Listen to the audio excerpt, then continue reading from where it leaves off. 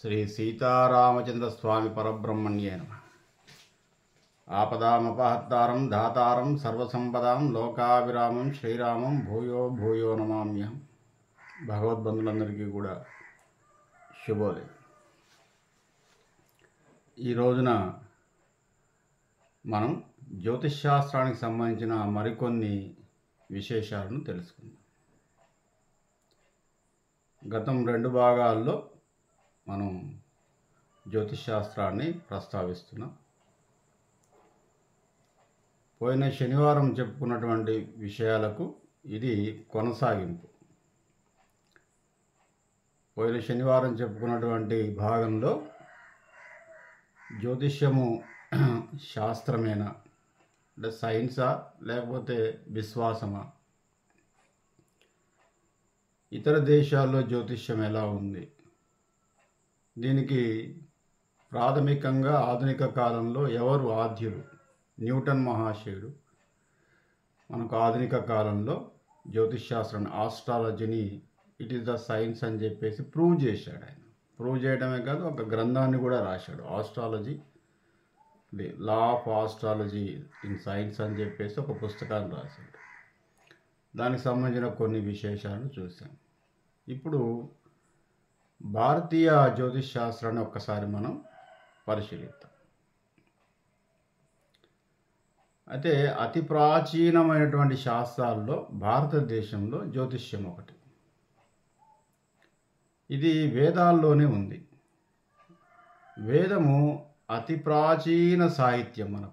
మన దేశంలో వేద సాహిత్యము అతి ప్రాచీనమైనది. వేదాన్ని ఎందుకు సాహిత్యము అని అంటున్నామంటే,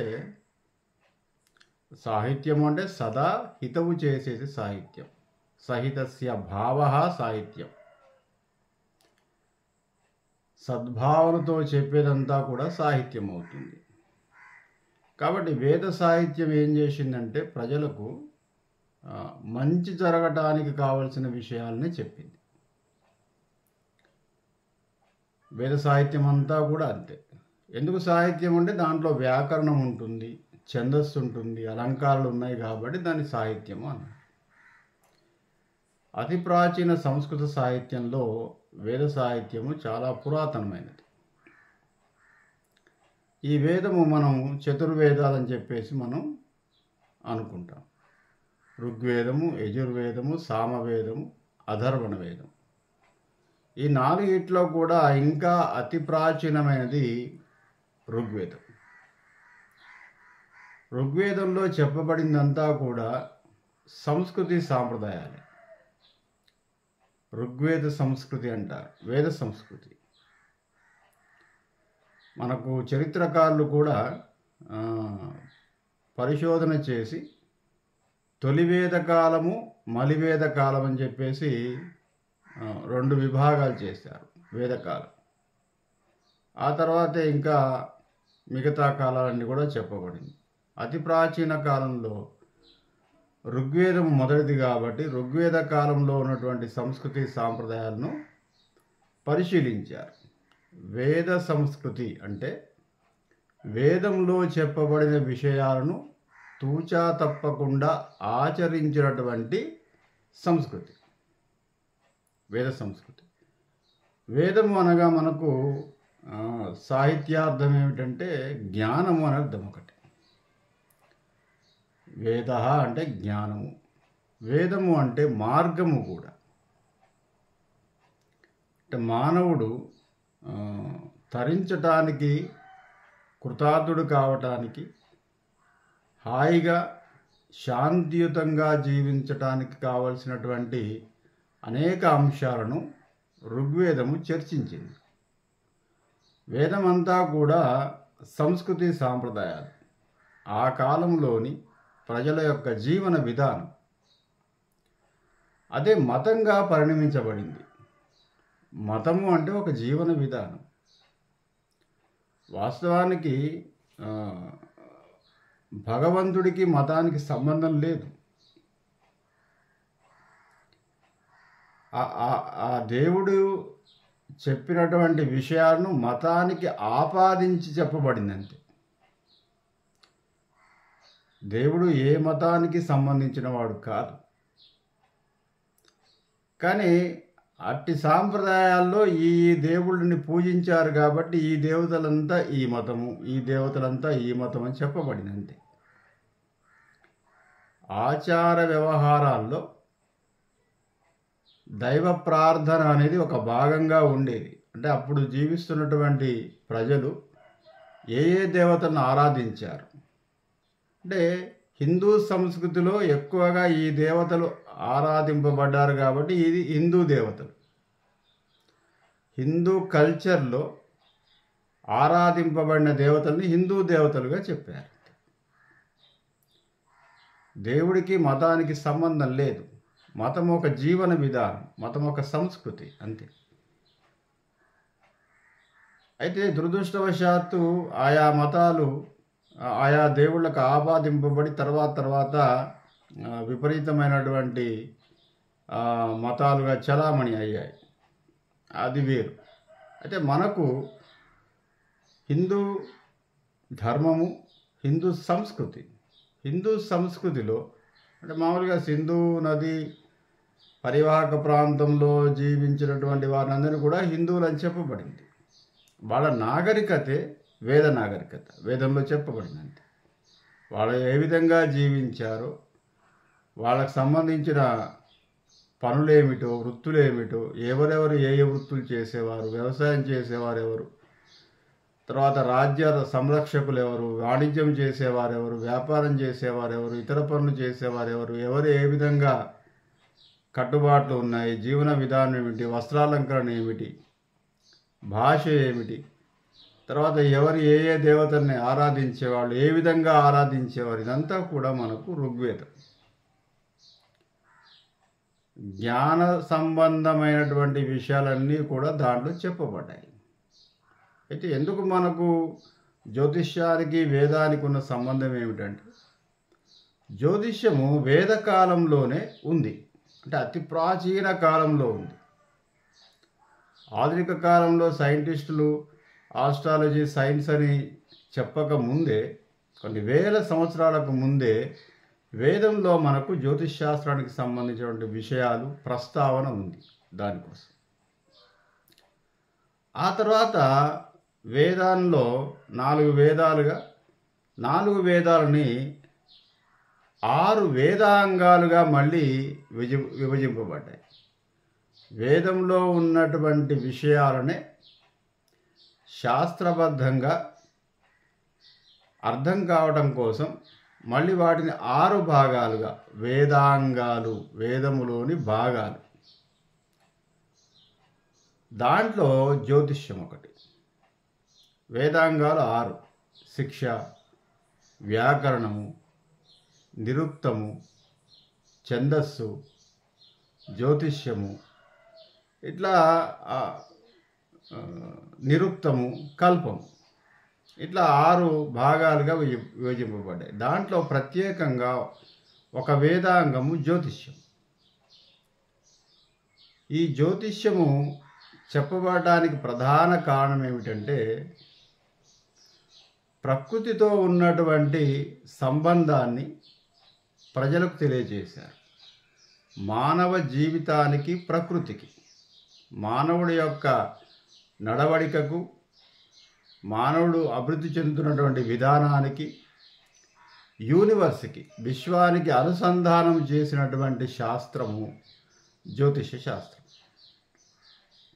అందుకే ఈ జ్యోతిష శాస్త్రంలో అనేక విషయాలు చెప్పబడ్డప్పటికీ కూడా వేదాన్ని చదువుతున్నటువంటి మహాపండితులు ఏమన్నారంటే, నాయన ఇది ఉంది, జ్యోతిష్యం అనేది ఒకటి ఉంది, కానీ వ్యక్తి జాతక భాగాన్ని పరిశీలించవచ్చు కానీ చెప్పడానికి వీలు లేదు అని చెప్పేసి ఒక నియమం ఉంది. వేదాన్ని చదువుకున్నటువంటి పండితులు ఏం చేశారంటే, ఒక వ్యక్తి జీవితంలో జరిగేటటువంటి సంఘటనలను పరిశీలించవచ్చు, ఇది జ్యోతిషాస్త్ర పండితుడు, కానీ దాన్ని వ్యక్తం చేయడానికి వీలు లేదు. ఎందుకు వీలు లేదంటే, ఏదో మనకు రాబోయే కాలంలో ఇది జరుగుతుంది అని కనుక ఎవరైనా చెబితే మనసు ఆందోళనకు గురవుతుంది. మనము దాన్ని ఫేస్ చేయడానికి కావలసినటువంటి మనోనైర్మల్యత మనకు లేకపోవచ్చు. దానివల్ల అది చెప్పవద్దు నాయన, అది వేద ధర్మము కాదు అని కొంతమంది ఘనాపాటి, అంటే వేదాన్ని బాగా చదువుకున్నటువంటి వారిని ఘనాపాటి అంటారు. వాళ్ళు అభిప్రాయాన్ని వ్యక్తం చేశారు. చదువుకోవచ్చు, పరిశీలించవచ్చు, జ్యోతిష్యాన్ని తెలుసుకోవచ్చు, కానీ సమిష్టి జాతకాన్ని మాత్రమే చెప్పాలి, వ్యక్తి జాతక భాగాన్ని చెప్పవద్దు నాయన అని చెప్పారు. కానీ కొన్ని వేల సంవత్సరాలకు ముందే ఈ జ్యోతిష్ శాస్త్రం అమల్లో ఉంది. ఇప్పుడు ఉదాహరణకి మనకు రామాయణంలో దశరథ మహారాజుకు చాలా సంవత్సరాలు సంతానం లేదు. వశిష్ఠ మహామునికి చెప్పాడు. ఆయన గురువు గారికి ఒకసారి పిలిపించి, నాయన నాకు చాలా సంవత్సరాలుగా సంతానం లేదు, ఏమిటి అసలు ఇలా నాకు సంతానం లేకపోవడానికి కారణం ఏమైనా ఉంటుందా అంటే, ఆయన వేదాంగాలు చదువుకున్నవాడు కాబట్టి జ్యోతిష్ శాస్త్రాన్ని ఒకసారి పరిశీలించి దశరథ మహారాజు యొక్క జాతక భాగాన్ని పరిశీలించి అంతకుముందున్న పూర్వం ఉన్న వేద పండితులేమో జాతక భాగంలో విషయాన్ని పరిశీలించవచ్చు కానీ చెప్పకూడదు, అది వేద నియమం కాదు అని చెప్పేసి అన్నారు. కానీ వశిష్ఠుడు ఏమిటంటే, రాజాజ్ఞ, రాజుగారు అడుగుతున్నారు, శాస్త్రం తెలిసిన వాడిని చెప్పవలసిన బాధ్యత ఉంది నాకు, పరిశీలించిన ఆయన నీకు సంతాన యోగము లేదు అని చెప్పారు. మరి దీనికి ఏమిటి, సంతానం లేదని చెప్తున్నారు కదా, మనకు సంతానం కావాలి, ఏమి చేయాలి? అప్పుడు జాతక ఫలిత భాగాన్ని పరిశీలించాడు. మరి సంతానం లేకుండా ఉంది, మరి దీనికి ఏమైనా పరిష్కారం ఉందా, ఏదైనా చేస్తే సంతానం అవుతుందా అని పరిశీలించి అప్పుడు ఏం చేశాడంటే వశిష్ఠుల వారు, నాయన నువ్వు పుత్రకామేష్టి యాగం అనే ఒక యాగం ఉంటుంది నాయన, ఆ యజ్ఞాన్ని చేస్తే మనకు అవకాశం ఉంది అని చెప్తాడు. సంతానం కలిగే అవకాశం ఉంది నాయన, పుత్రకామేష్టి అనేటువంటి, అది కూడా వేదంలోనే ఉంది. అంటే జాతక ఫలితాన్ని కూడా చెప్పాడు, అంటే రెమెడీ చెప్పాడు. ఇలా చేస్తే మనకు అవకాశం ఉంది, నీ జాతకంలో ఇప్పటి వరకు సంతాన యోగం లేదు, అది యోగశాస్త్రం కూడా జ్యోతిష్ శాస్త్రంలో ఒక భాగం, 33 యోగాలు ఉంటాయి. సంతానం అనేది కూడా ఒక యోగం కాబట్టి దాన్ని పరిశీలించి నీకు లేదు నాయన, ఒకవేళ నువ్వు ఈ క్రియ కనుక చేస్తే, ఈ ప్రక్రియ చేస్తే, అంటే ఈ రెమెడీ చేస్తే అవకాశం ఉంది అని చెప్తాడు. పుత్రకామేష్టి యాగము, తద్వారా పుత్రకామేష్టి యాగం అనే ఒక యాగం నిర్వర్తించాడు. తర్వాత సంతానం కలిగింది. ఇప్పుడు మనం సంతానం లేదు అని ఎవరైనా గనక మనం వాళ్ళ జాతకాన్ని పరిశీలిస్తే ఇప్పుడు పుత్రకామేష్టి యాగం చేసే పరిస్థితి లేదు. యజ్ఞయాగాది క్రతువులకు, అంటే నియమబద్ధంగా చేసేటటువంటి క్రతువులకు మాత్రమే కొంత ఉపశమనం ఉంటుంది తప్ప, ఇప్పుడు పుత్రకామేష్టి యాగం చేయాలంటే చాలా నియమాలు ఉంటాయి, కఠినమైనటువంటి నిబంధనలు ఉంటాయి, వాటికి సాధ్యం కాదు. దానికి మళ్ళీ ఏం చేశారు, ఇప్పుడు ఎవరో మనకు సంతానం కలగాలి అని చెప్పేసి ఒక జ్యోతిష్యుల దగ్గరికి పోతాడు. ఆయన ఏదో డేట్ ఆఫ్ బర్త్ని పరిశీలించిన ఆయన, నీకు ఈ సమయాల్లో నువ్వు పుట్టినప్పుడు ఇలాంటి గ్రహస్థితి ఉంది కాబట్టి అంచనా ప్రకారం నీకు సంతానం ఆలస్యంగా కలుగుతుంది, మరి దానికి రెమెడీ ఏమిటి అంటే, ఏదో మన వాళ్ళు ఏం చేస్తారు, రాగి చెట్టు చుట్టూ ప్రదక్షిణం చేయండి అని చెప్పేసి అంటారు.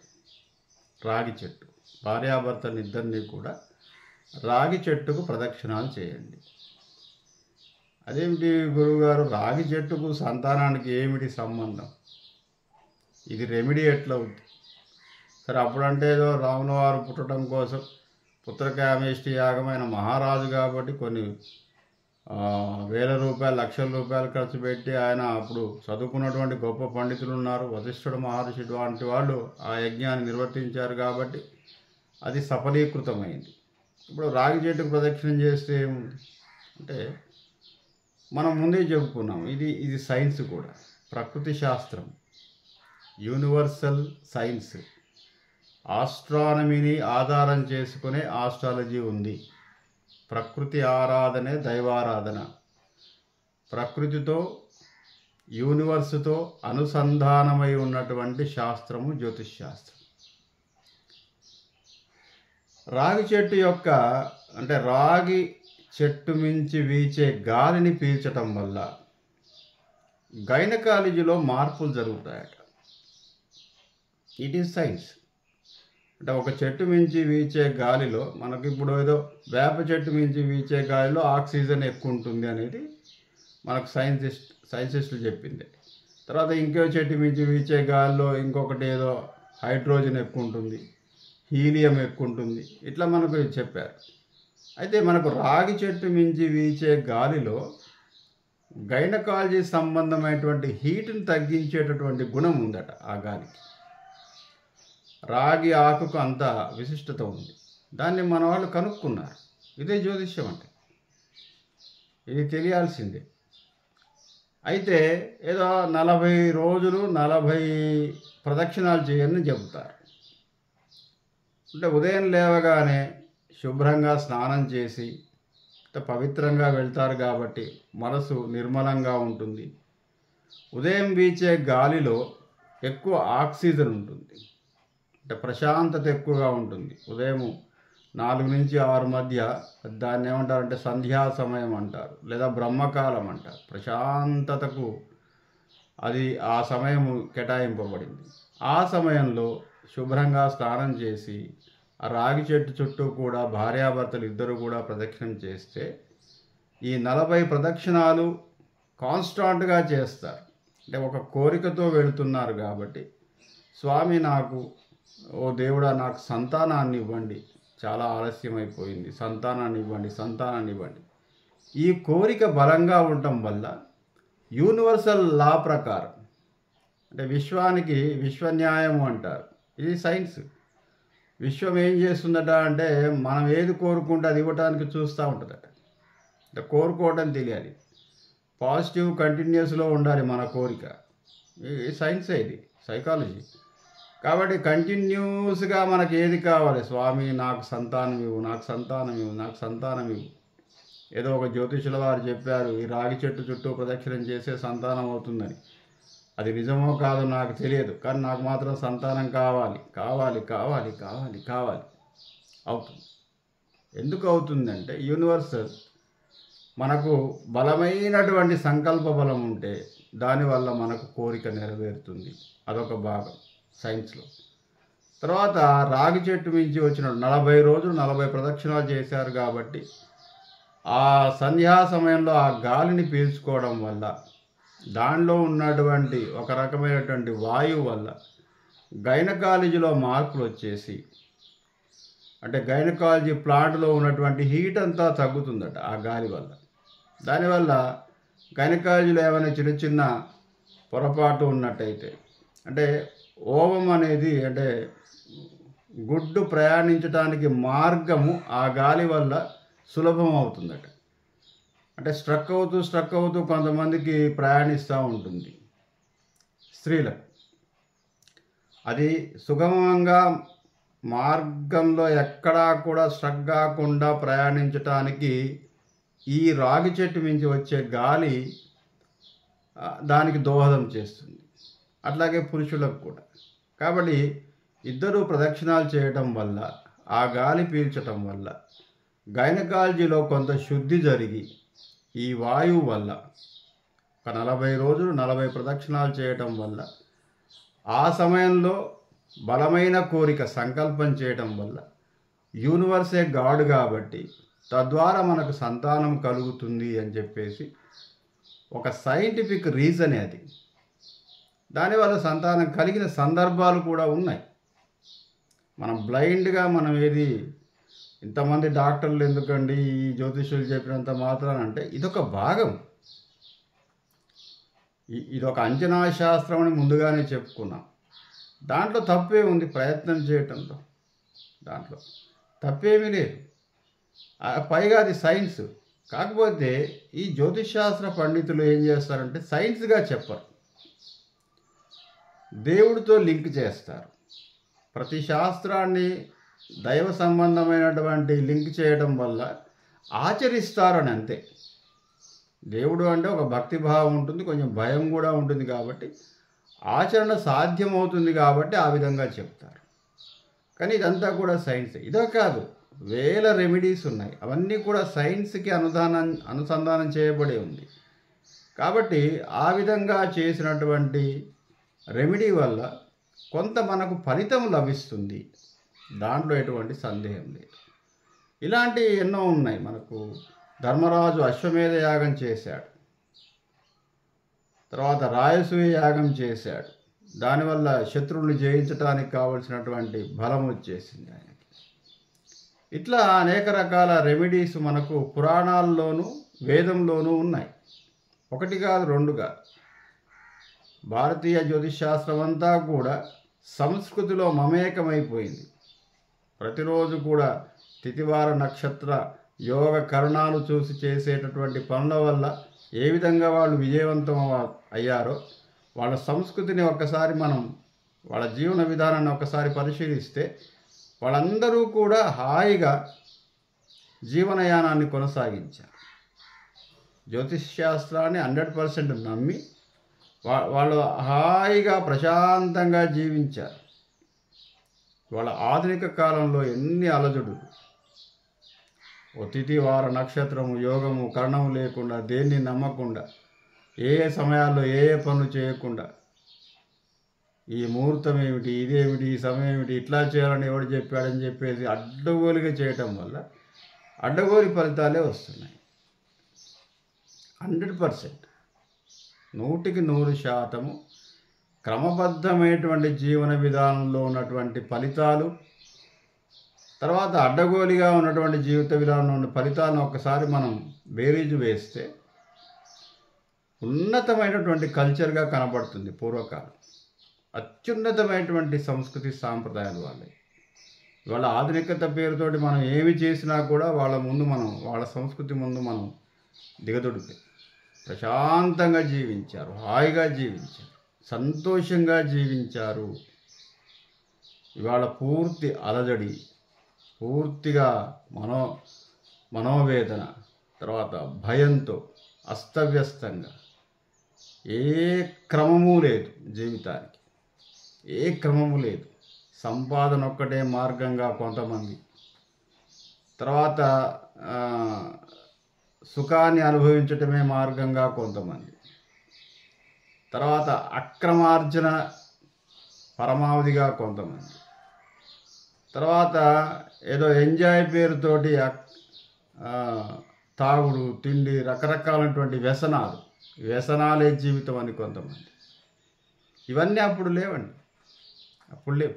ఉన్నతమైనటువంటి సంస్కృతి, వేద సంస్కృతిని ఒక్కసారి పరిశీలిస్తే అసలు అలాంటి కాలం ఒకటి ఉంటే బాగుండి ఇప్పుడు అని అనిపిస్తుంది మనకు.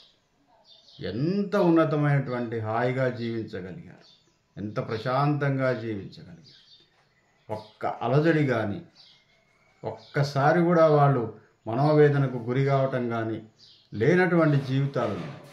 100 సంవత్సరాలు హాయిగా భార్యాభర్తలు సంసారం చేస్తూ, కుటుంబ వ్యవస్థ నిలబెడుతూ, కుటుంబంలో ఉన్నటువంటి వ్యక్తులందరి చేత సహకారాన్ని పొందుతూ, ప్రజల సహకారాన్ని పొందుతూ, ఆ సంస్కృతిలో ఉన్నటువంటి ఔన్నత్యాన్ని ఒక్కసారి పరిశీలిస్తే మనకు జ్యోతిష్ శాస్త్రం యొక్క ప్రాధాన్యత మన భారతదేశంలో ఏ విధంగా ఉందనేది మనం తెలుసుకోవచ్చు. దీని కొనసాగింపుగా, ముగింపుగా మనం వచ్చే వారాన్ని కొన్ని విషయాన్ని మనం చర్చిద్దాం. స్వస్తి ప్రజాభ్యాం.